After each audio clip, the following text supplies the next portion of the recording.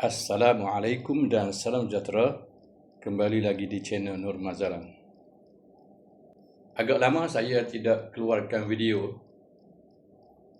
Biasanya saya buat video tentang mangga harum manis.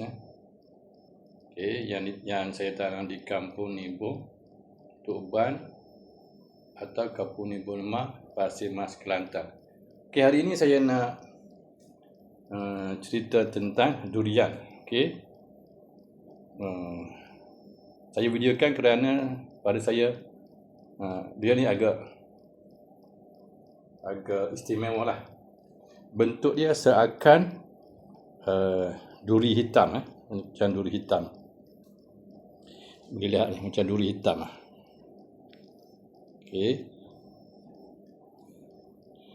Dia ada 6 pangsa. 6. 1, 2, 3, 4, 5, 6. Durian ini isi kuning, kulit nipis, mudah buka. Rasanya sedap lah berbanding durian yang lain.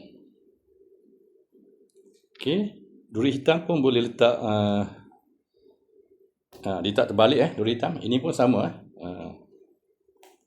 Sama ditak terbalik. Saya namakan durian ini dengan nama Nibong King. Nibong King, Pasir Mas, Kelantan, Malaysia.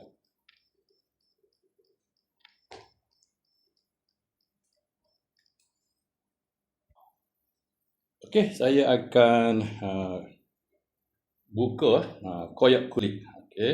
Ada pengkupas.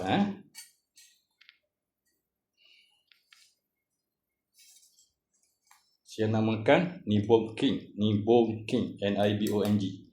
Kampung Nibong. Nibong King. Durian Nibong King. Buah yang gugur hari inilah, hari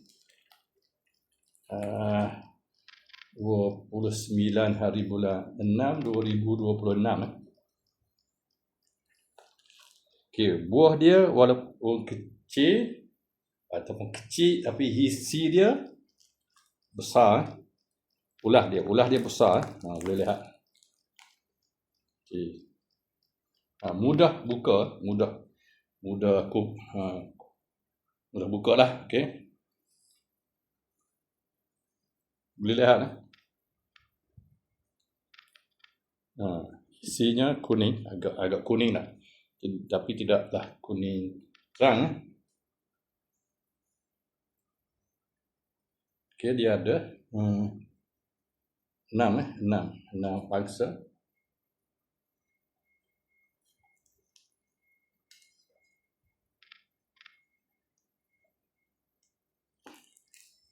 Ini tak ada. Yang ini satu tak ada.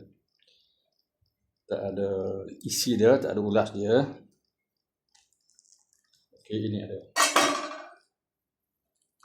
Jika ini pokok tua lah. Ini pokok tua.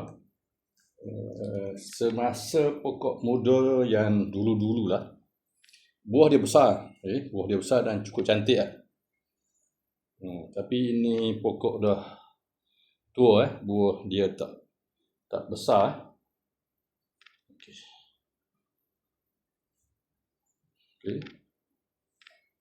Buka lagi, tengok. Seakan duri hitam bentuk dia.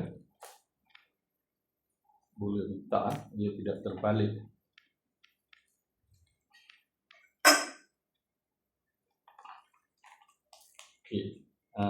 Ada ini biji yang kecil, yang nipis. Ada kadang-kadang 2-3 ulas biji dia nipis.